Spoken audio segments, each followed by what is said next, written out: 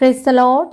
ലേവ്യ പുസ്തകം 25-ാം അധ്യായം 1 മുതൽ 55 വരെയുള്ള വേദഭാഗങ്ങൾ.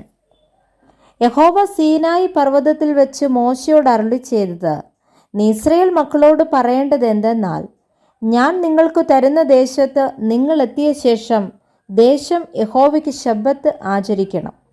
6 സംവത്സരം നിന്റെ നിലം വിതയ്ക്കണം. അവണ്ണം 6 സംവത്സരം നിന്റെ മുന്തിരിത്തോട്ടം വള്ളിത്തല മുറിച്ച് അനുഭവമെടുക്കണം. 7-ാം സംവത്സരത്തിലോ ദേശത്തിന് സ്വസ്ഥതയുള്ള ശബ്ബത്തായ യഹോവയുടെ ശബ്ബത്ത് ആയിരിക്കണം. നിന്റെ നിലം വിതയ്ക്കുകയും മുന്തിരിത്തോട്ടം വള്ളിത്തല മുറിക്കുകയും ചെയ്യരുത്. നിന്റെ കൊയ്ത്തിൻ്റെ പടുവിളവ് കൊയ്യുകയും വള്ളിത്തല മുറിക്കാത്ത മുന്തിരിത്തോട്ടത്തിലെ പഴം പറിക്കുകയുമരുത്. അത് ദേശത്തിന് ശബ്ബത്താണ്ട് ആകുന്നു. ദേശത്തിൻ്റെ ശബ്ബത്തിൽ താനെ വിളയുന്നത് നിങ്ങളുടെ ആഹാരമായിരിക്കണം. നിനക്കും നിന്റെ ദാസനും ദാസിക്കും കൂലിക്കാരനും നിന്നോടുകൂടെ പാർക്കുന്ന പരദേശിക്കും നിന്റെ കന്നുകാലിക്കും കാട്ടുമൃഗത്തിനും അതിൻ്റെ അനുഭവമൊക്കെയും ആഹാരമായിരിക്കണം.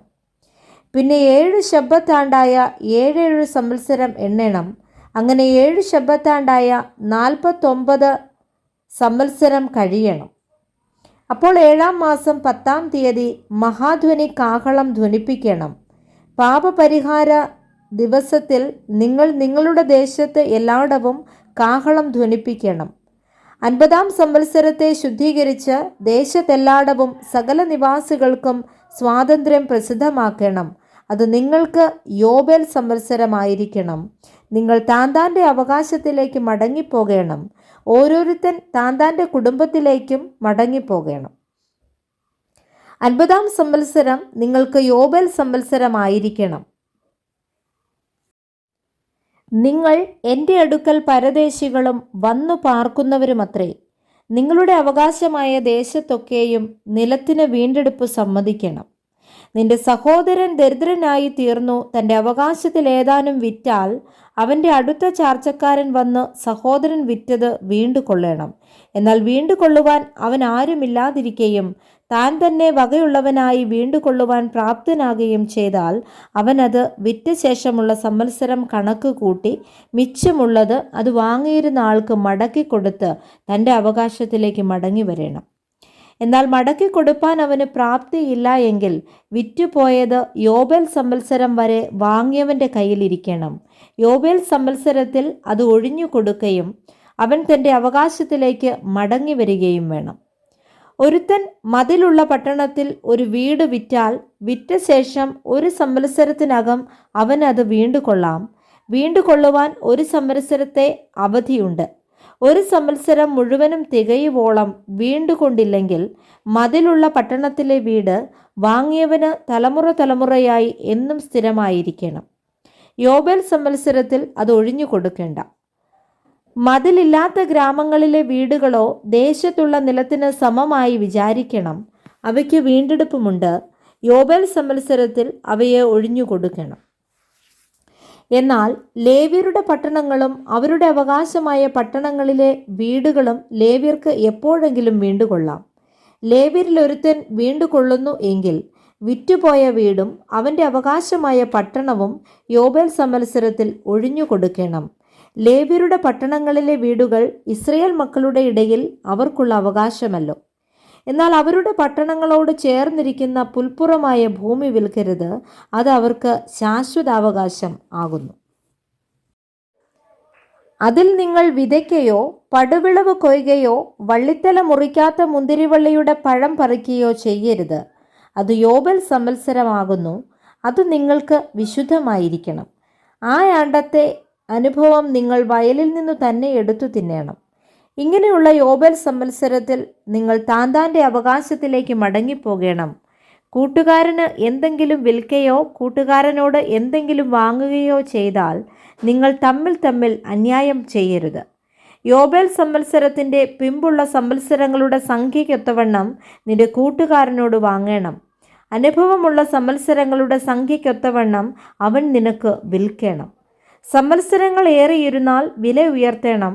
സംവത്സരങ്ങൾ കുറഞ്ഞിരുന്നാൽ വില താഴ്ത്തണം. അനുഭവത്തിൻ്റെ കാലസംഖ്യയ്ക്ക് ഒത്തവണ്ണം അവൻ നിനക്ക് വിൽക്കുന്നു.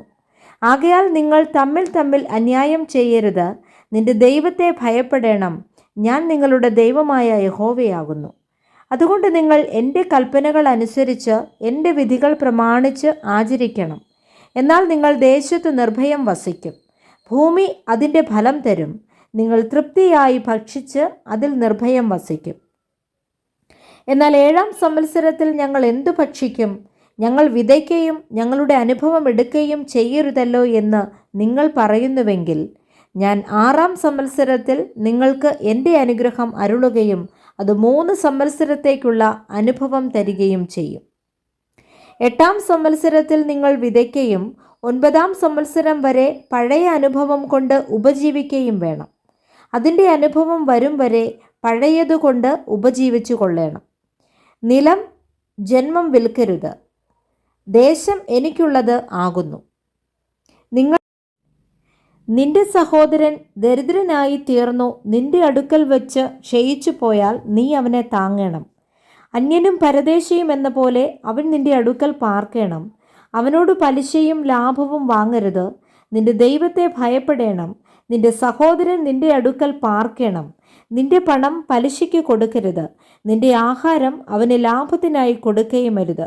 ഞാൻ നിങ്ങൾക്ക് കനാൻ ദേശം തരുവാനും നിങ്ങളുടെ ദൈവമായിരിക്കാനും നിങ്ങളെ മിസ്രയീം ദേശത്തു നിന്ന് കൊണ്ടുവന്ന നിങ്ങളുടെ ദൈവമായ യഹോവയാകുന്നു.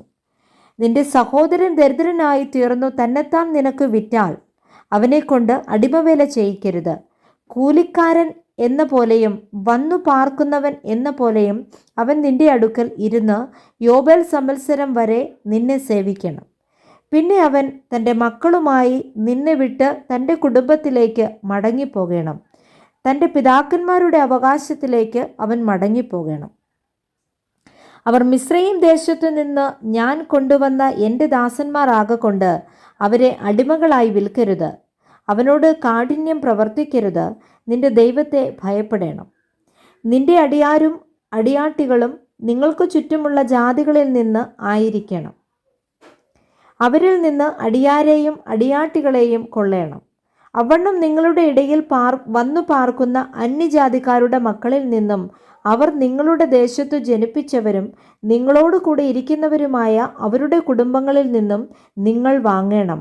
അവർ നിങ്ങൾക്ക് അവകാശമായിരിക്കണം. നിങ്ങളുടെ ശേഷം നിങ്ങളുടെ മക്കൾക്കും അവകാശമായിരിക്കേണ്ടതിന് നിങ്ങൾ അവരെ അവകാശമാക്കി കൊള്ളേണം. അവർ എന്നും നിങ്ങൾക്ക് അടിമകളായിരിക്കണം. ഇസ്രായേൽ മക്കളായ നിങ്ങളുടെ സഹോദരന്മാരോടോ നിങ്ങൾ കാഠിന്യം പ്രവർത്തിക്കരുത്. നിന്നോട് കൂടെയുള്ള പരദേശിയോ അന്യനോ സമ്പന്നനാകയും അവൻ്റെ അടുക്കലുള്ള നിന്റെ സഹോദരൻ ദരിദ്രനായി തീർന്നു തന്നെത്താൻ അന്യനോ പരദേശിക്കോ അന്യൻ്റെ സന്തതിക്കോ വിൽക്കുകയും ചെയ്താൽ അവൻ തന്നെത്താൻ വിറ്റ ശേഷം അവനെ വീണ്ടെടുക്കാം. അവൻ്റെ സഹോദരന്മാരിൽ ഒരുത്തന് അവനെ വീണ്ടെടുക്കാം. അവൻ്റെ പിതൃവ്യൻ്റെ പുത്രനോ അവനെ വീണ്ടെടുക്കാം. അല്ലെങ്കിൽ അവൻ്റെ കുടുംബത്തിൽ അവൻ്റെ അടുത്ത ചാർച്ചക്കാരിൽ ഒരുത്തന് അവനെ വീണ്ടെടുക്കാം. അവന് പ്രാപ്തിയുണ്ടെങ്കിൽ തന്നെത്താൻ വീണ്ടെടുക്കാം. അവൻ തന്നെ വിറ്റ സംവത്സരം മുതൽ യോബേൽ സംവത്സരം വരെയുള്ള കാലക്കണക്ക് തന്നെ വാങ്ങിയവനുമായി കൂട്ടി നോക്കണം. അവൻ്റെ വില സംവത്സര സംഖ്യയ്ക്ക് ഒത്തവണ്ണമായിരിക്കണം. അവനൊരു കൂലിക്കാരൻ്റെ കാലത്തിനൊത്തവണ്ണം അവൻ്റെ അടുക്കൽ പാർക്കണം. സംവത്സരം ഏറെയുണ്ടെങ്കിൽ അതിനു തക്കവണ്ണം അവൻ തൻ്റെ വീണ്ടെടുപ്പ് വില തനിക്കു കിട്ടിയ പണത്തിൽ നിന്നു മടക്കി കൊടുക്കണം. യോബേൽ സംവത്സരം വരെ ശേഷിക്കുന്ന സംവത്സരം കുറേ മാത്രമെങ്കിൽ അവനുമായി കണക്കുകൂട്ടി സംവത്സരങ്ങൾക്ക് ഒത്തവണ്ണം തൻ്റെ വീണ്ടെടുപ്പ് വില മടക്കി കൊടുക്കണം. അവൻ ആണ്ടോടാണ്ട് കൂലിക്കാരൻ എന്ന പോലെ അവൻ്റെ അടുക്കലിരിക്കണം. നീ കാൺകെ അവൻ അവനോട് കാഠിന്യം പ്രവർത്തിക്കരുത്.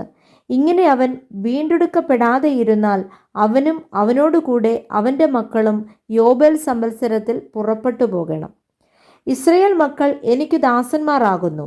അവർ മിസ്രയീം ദേശത്തു നിന്ന് ഞാൻ കൊണ്ടുവന്ന എൻ്റെ ദാസന്മാർ. ഞാൻ നിങ്ങളുടെ ദൈവമായ യഹോവയാകുന്നു. Praise the Lord. വായിച്ച വേദഭാഗങ്ങളാൽ കർത്താവ് നമ്മെ ഏവരെയും ധാരാളമായി അനുഗ്രഹിക്കുമാറാകട്ടെ.